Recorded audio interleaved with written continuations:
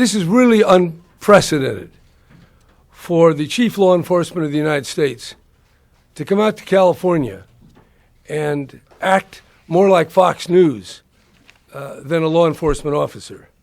This is a political stunt. It's more like Fox News and what's going on in Washington. And it's not about the truth. It's not about protecting our state. It's about dividing America. There's been a lot of concern about people, foreign people, who sow division and discord. Now we have the Attorney General doing precisely that. This is a time to build bridges, not walls, to pull Americans together, not set us apart. And like so many in the Trump administration, this Attorney General has no regard for the truth. What he said earlier today is not true. It is a lie. But what can I say? We've seen in the Trump administration, with the investigations going on, the pleas of guilty to lying by countless individuals, colleagues.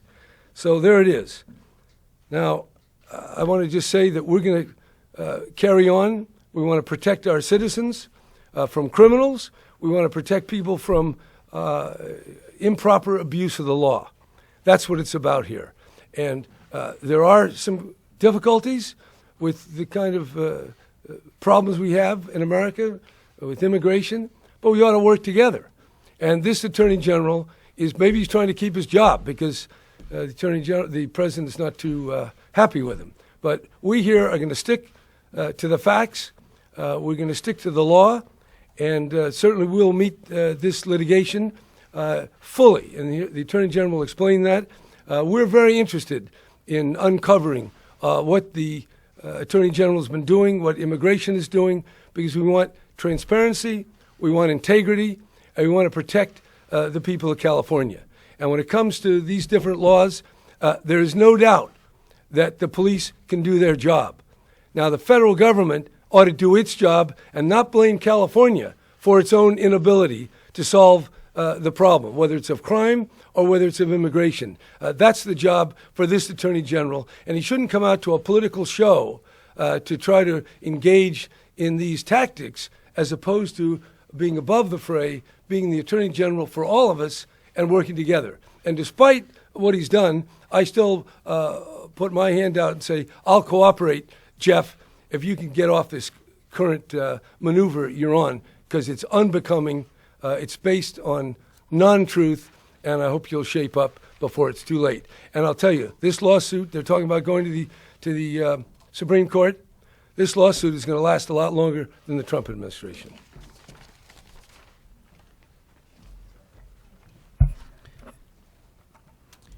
Usually as an attorney, you advise your client not to say anything in public, but I think in this case, I'm really pleased that my client, the governor, has made it very clear where the state of California stands.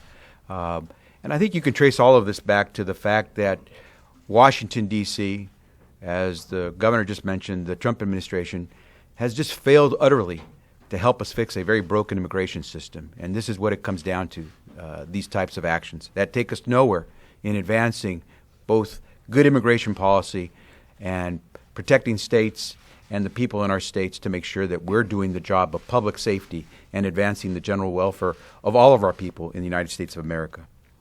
I want to thank the governor for his words. I want to thank him for his actions. It was his signature on these measures that are giving Californians the type of protection they need to be able to do everything that's made us the sixth largest economy in the world today. Here in California, we respect the law and the Constitution. We expect the federal government to do the same. As I've said many times, our state laws work in concert with federal laws. And our state law enforcement officials work in concert with federal law enforcement officials every day. That's not something we intend to change. Our federal and state teams are working together, indeed today, to go after drug dealers, to combat sex traffickers, to take down gang violence, and we have no intention of changing that public safety work. Our teams have had a chance within the California Department of Justice to look at the lawsuit that Attorney General Sessions filed against us late last night. And today I want to offer a few initial responses to some of AG Sessions' claims. The lawsuit challenges some of our state laws, which are, again, fully constitutional and provide for the safety and welfare of all of our people.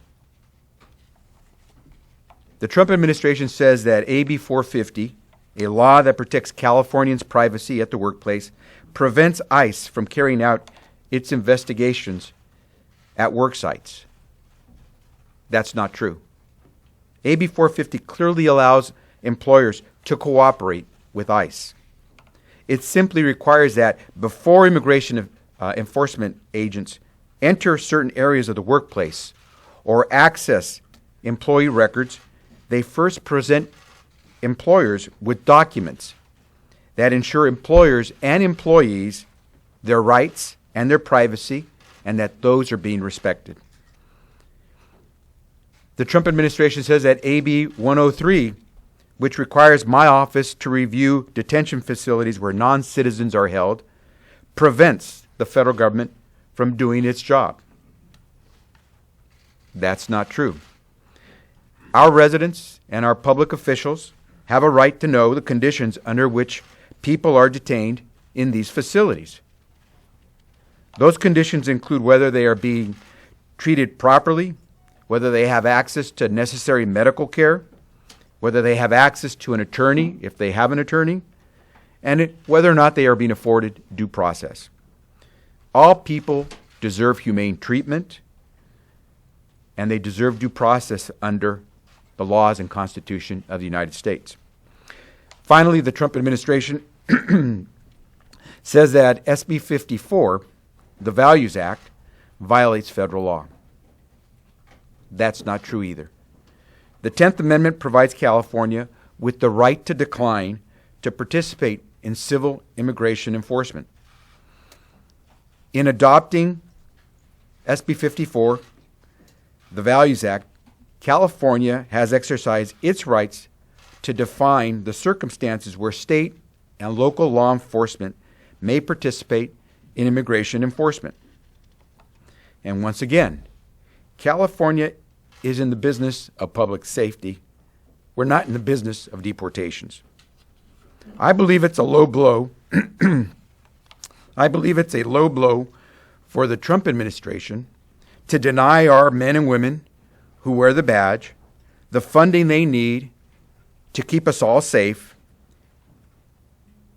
by coercing us to try to do what they want us to do. That is not a good public safety technique, to try to coerce us to do what they want us to do. In California, we don't confuse coercion with cooperation. Neither should the Trump administration. I look forward to making these arguments in court, and we will continue to stand up for our police and our sheriffs, whose funding has been threatened by the Trump administration, and for the policies that have we've enacted to increase trust in our communities and that our officers and sheriffs are sworn to protect. We intend to make sure public safety is job one for law enforcement in California. We respect the federal government's right to take on immigration enforcement. With that, we'll take any questions. Please direct them to either one of them. I was going to start with him, actually. Dr. Thompson, I think. There were some filings with this where they laid out how they think this has interfered with their ability and endangered their officers, that kind of thing. Can you respond to that and some of the sort of the practical applications here that they're alleging? We, as I said, work day to day, day in, day out with federal enforcement officials, not just ICE, not just CPB, but with FBI, DEA, you name it. We work with them every day. We're working hand in hand. If we're putting them in jeopardy, we would be putting our law enforcement agents and officers in jeopardy. What's the example of an officer being put in jeopardy? Don, do you have that? Yeah, So you don't they have can't. an example. So how, I can't respond to a Well, he gave the example that California would have someone in custody, and they would let the person out, and then the ICE officers would have to go to the person's home and knock on a door and wouldn't know what was on the other Well, side of the door. that's not true. Look, we know the Trump administration is full of liars. They've pled guilty already to the special counsel. Under the laws of California, nothing stops the federal government from coming to a jail. The release records are public. There's nothing that stops a sheriff who runs the jails to working with ICE. There's nothing in the law that prevents ICE from working in our prisons and working with our Department of Corrections. Beyond that, the most serious crimes are exempted. So in many ways, there are many layers of protection. And what Jeff Sessions said is simply not true. And I call upon him to apologize to the people of California, to bringing the mendacity of Washington to California and trying to insert discord and division, and I might add dysfunctionality, in a state that's really working. So let's build some bridges, not walls. Governor, how do you respond to what he said about Oakland's mayor, Libby Schaaf, and her decision to... Well, I didn't hear Libby Schaaf, and I'm not going to comment on that. Oh, I no. will comment on anything I said. What Sessions said today, he said that she was, again, putting people's lives in jeopardy, and Well, I said think you should take that up with Libby Schaaf. I will account for whatever I say. I'm sure the Attorney General will account for what he says. But what each local mayor does or doesn't do, that's a matter of interest that people should follow up on. But I did not, other than something in the news, so I don't think it'd be appropriate for me to comment. Governor, you suggested that the relationship between the Attorney General and the President is influencing his decision here. You really think this is the Attorney General trying to get in the good graces of the President? Look, this is completely unprecedented for the chief law enforcement of the United States to come out here and engage in a political stunt, make wild accusations, many of which are based on outright lies. That's unusual, and particularly a fellow coming from Alabama talking to us about secession and protecting human and civil rights. I do think this is pure red meat for the base, and I would assume, but this is pure speculation, that Jeff thinks that Donald will be happier with him, and I'm sure Donald will be tweeting his joy at this particular performance. But it's not about law enforcement, it's not about justice, and it really demeans the high office to which he has been appointed. Governor? Governor, if I could follow up on the question on Libby Schaaf, but you yourself are a former mayor of Oakland. I sure am, and I'll tell you, anything so- I said, I'll be glad to comment on. So would you, as mayor, have done No, the that's a same? would you, want to be, could it be. No, I'm here as governor.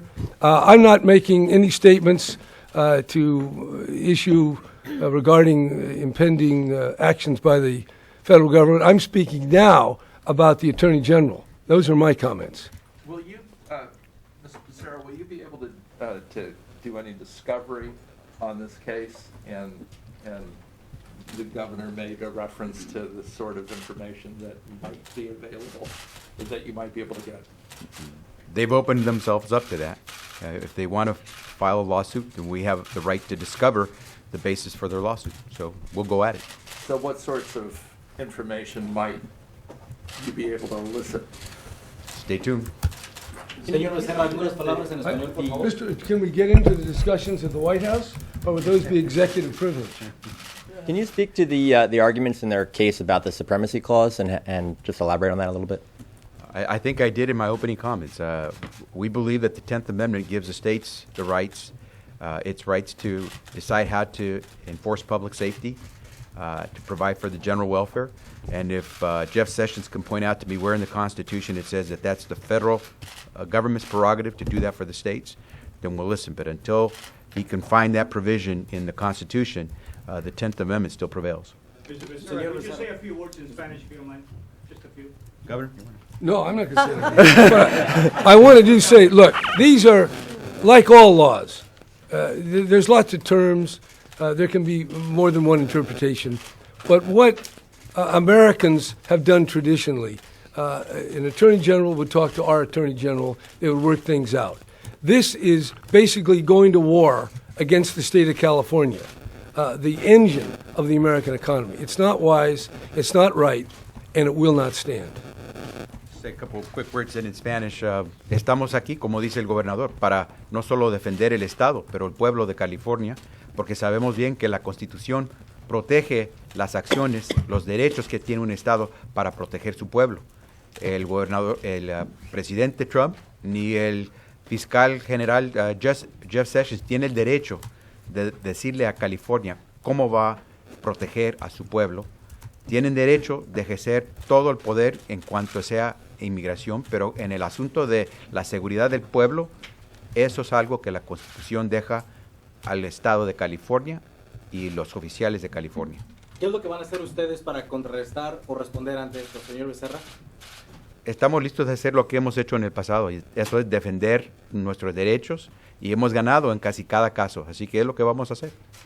Governor, what do you say to families out there who, despite this back and forth between the state and the federal government, the ICE agents are still coming, and this might even amp up their actions? What do you tell people who are probably pretty scared right now? Well, people are scared, and ICE is not only coming, but they've been here for a long time, and they're stepping it up. So we have the protections that we believe are balanced, that are consistent with state law, and which recognize federal supremacy. More than that, I don't think I want to comment. Governor, if there's misunderstanding about California law, is it because of the terminology that's often used, calling this a sanctuary state, talking about sanctuary cities that give the idea you get here, you're safe no matter what? Well, that's not true. There's nothing, the word sanctuary does not appear in these laws. I have never uttered that word in my presentations. This is a carefully balanced measure, as recognized by the head of the California Police Chiefs. So a lot of this stuff is pure campaigning. Let's face it, the Trump White House is under siege. Mueller is closing in. There are more indictments to come. So obviously the Attorney General has found it hard just to be a normal Attorney General. He's been caught up in the whirlwind of Trumpism. Not me, the other. So that's all. Yes.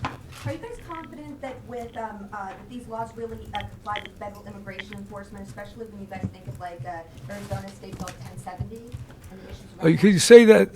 You say, am I confident of what? Are you insistent that the laws comply with federal immigration enforcement, especially when you take into account Arizona State? I can't. I'm sorry. You got it. I'm not getting the full drift. Are you guys sure that these laws comply with federal immigration enforcement laws, and especially Apply to them?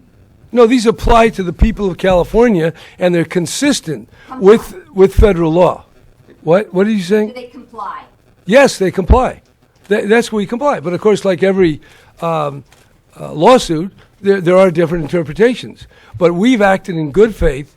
The drafters of these laws are very conscientious, and we think we've drawn the proper line between what the state has competency to do and what is the overriding federal supremacy. And that's what we've done. And we're acting in good faith. Now, because of this circus that Jeff Sessions brought to Sacramento, we're engaging in this kind of dialogue. But I would hope when Sessions gets back on the plane and his deputies take over, we can have a rational discussion between lawyers and iron out this balance, this relationship between the federal government and the state government. Can I just add a clarification here? Arizona was trying to enact immigration laws. That's a federal prerogative. We're not trying to enact immigration laws. We're enacting public safety laws. And the Trump administration doesn't like that. But we're not trying to get into their business. They're trying to get into our business. How can you interpret, for AB 405, how can you interpret any other way listing, putting up on a bulletin board when ICE will come? How can you interpret that any other way than warning people that We don't. the There's authorities are read me coming? this place in the statute where it says we can tell ICE when they can come. Well, isn't part of the statute that the employer must give notification that ICE will be coming? We ask employers to give notification of activities. That doesn't stop ICE from doing what it has to do. How does that stop ICE from enforcing immigration law?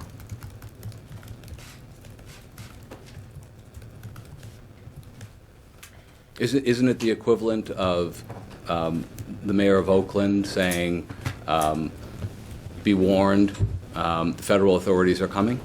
Okay, show me where AB 450 is telling ICE what it must do.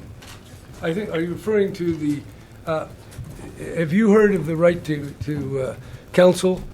Under the federal constitution, people have a right to be told that they have a right to a lawyer.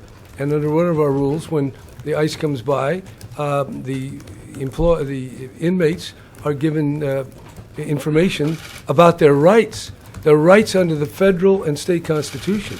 We're not trying to interfere. We're not saying, oh, look out, the feds are coming. We're just following the law, and the law allows people to be advised of their rights under the law. And I think that's perfectly appropriate. Anything else smacks of a more totalitarian approach to things. Governor, regarding another California law that's being challenged, there's the Reproductive Fact Act, a bill you signed in 2015, is going to be heard in the Supreme Court this month. It requires certain signage be posted in anti-abortion clinics, and the Christian groups that feel it's an infringement on their free speech. Why is this law so important to California that it's worth defending all the way to the very highest court of the land? Well, the normal procedure is when a law is attacked to defend it, both to defend the law and to get clarification at the most appropriate level, which in this case will be the Supreme Court.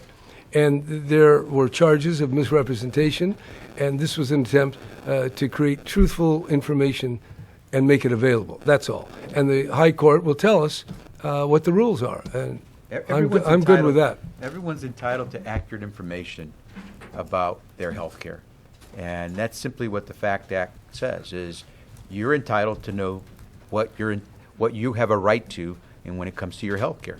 And so there's nothing coercive, there's nothing intrusive in the requirements of the law that infringe upon someone's First Amendment rights. It's about making sure women have accurate information about their health care. Governor Brown, you just want some clarification from you. I'm up Where are you? over here. This way. You're really in the bush. You're I'm in the forest. Shout it out. The forest of cameras. You called this an act of war from the federal government. An act of war? And you said that was... That's pretty strong. But I reincorporate that comment, yes. Okay, so does that mean that California is going to retaliate to what the federal government had? No, we are a state of laws, and we want to observe the law, and now the Attorney General has basically thrown the gauntlet down and done it in a highly politicized way. This has never happened before, to my knowledge, in the history of California. So the Attorney General's coming out here, he gives a speech, 10 minutes, and then hightails it back to Washington.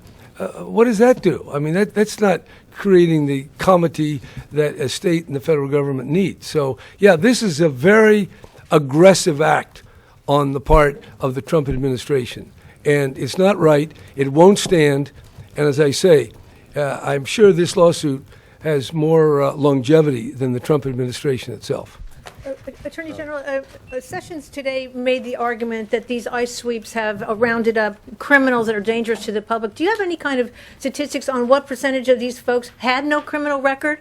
And if so, what does the state intend? Can the state provide any protection for them, or what's the outcome there? Well, the main point is that these laws do not protect criminals, and they explicitly allow for the handover of these criminals. They're listed, all the very serious crimes.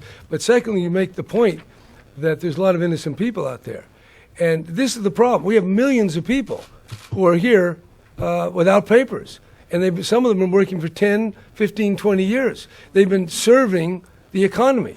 A lot of them are doing the dirty work, whether it's washing dishes or picking fruit in the field. And now the Attorney General is basically initiating a reign of terror. What we can do is do what we're doing through these laws. But again, we're going to do it with respect to the supremacy clause of the federal government. Governor, the Attorney General said that people who are supporting these bills believe in open borders. Do you believe in open borders? No, I don't at all. Again, that's one of the lies. There are 3 lies. Open border, lie 1. Protect criminals, lie 2. California wants to secede, lie 3. Not true. Thank you.